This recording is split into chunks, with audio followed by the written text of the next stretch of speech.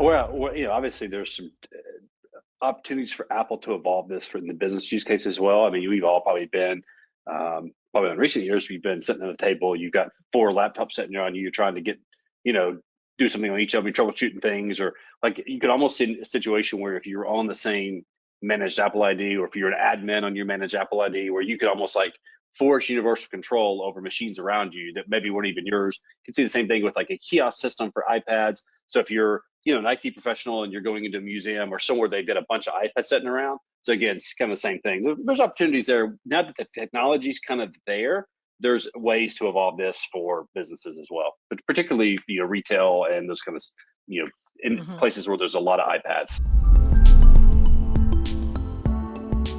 Please subscribe and check out more content from us.